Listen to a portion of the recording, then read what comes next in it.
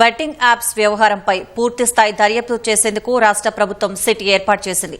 ఈ మేరకు డీజీపీ జితేందర్ ఆదేశాలు జారీ చేశారు. మరింత సమాచారం మా ప్రతినిధి నాగార్జున అడిగి తెలుసుకుందాం. నాగార్జున, చెప్పండి, సిట్ ఏర్పాటుకు సంబంధించి పూర్తి వివరాలేంటి?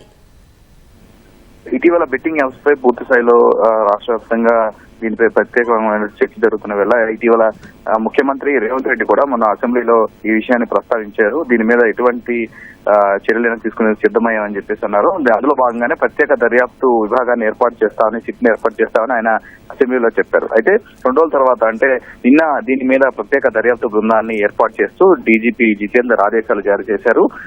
ఈ సిట్ బృందం అంతా కూడా అదనపు డీజీ సిఐడి అదనపు డీజీ ఆధ్వర్యంలో అంటే ఆ పర్యవేక్షణలో ఈ సిట్ అంతా పనిచేస్తుందని చెప్పారు. ముఖ్యంగా దీనికి నేతృత్వం వహిస్తున్నటువంటి ఐజీ ప్రిజనల్స్ అండ్ లాజిస్టిక్స్ ఐజీ ఎం రమేష్ దీనికి నేతృత్వం వహిస్తున్నారు. అందులో సిట్ టీమ్ లో సింధు శర్మ ఇంటెలిజెన్స్ హైదరాబాద్ ఇంటెలిజెన్స్ లో ఆమె ఎస్పీగా ఉన్నారు. దాంతోపాటు ఈఓడబ్ల్యూ సిఐడిలో ఉన్నటువంటి ఈఓడబ్ల్యూ విభాగంలో పనిచేస్తున్నటువంటి ఎస్పీ వెంకటలక్ష్మి, సైబరాబాద్ కి అటాచ్ అయినటువంటి అడిషనల్ ఎస్పీ చంద్రకాంత్,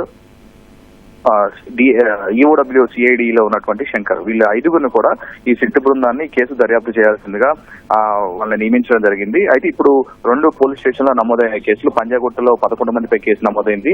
దాంతో పాటుగా మియాపూర్ లో సైబరాబాద్ కమిషనరేట్ పరిధిలో ఉన్నటువంటి మియాపూర్ లో 25 మందిపై కేసు నమోదైంది. ఈ 2 కేసులు కూడా ప్రస్తుతం సిట్ కి బదిలీ కానున్నాయి. సో ఈ బృందం ఈ కేసులను దర్యాప్తు చేయనుంది.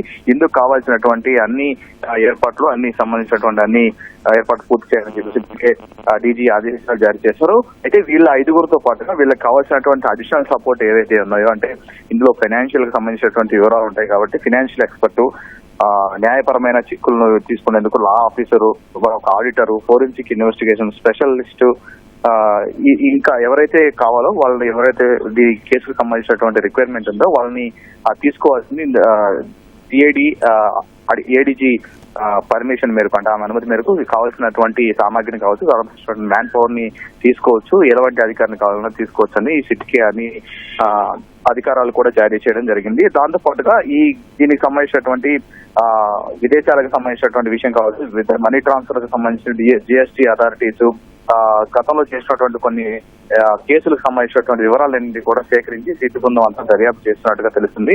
సో ఒక కీలక పరిణామం అనే చెప్పాలి. ముఖ్యమంత్రి ప్రత్యేకంగా దీని మీద చొరవ తీసుకునే వేళ ప్రత్యేక సిట్ ఏర్పాటు చేయడం, ఈ రిపోర్ట్ అంతా కూడా దర్యాప్తు చేసి 2 కేసులకు సంబంధించినటువంటి దర్యాప్తు చేసి 90 రోజుల్లో కూడా ఈ సిట్ రిపోర్ట్ ని సబ్మిట్ చేయాలని చెప్పేసి అందరికీ ఆదేశాలు జారీ చేస్తుంది. మొత్తం 5 మంది ఈ సిట్ బృందంలో పనిచేయనున్నారు. వీరంతా కూడా సిఐడి అదనపు డీజీ ఆధ్వర్యంలో పర్యవేక్షణలో వీళ్ళంతా పనిచేయనున్నారు. ధన్యవాదాలు నాగార్జున.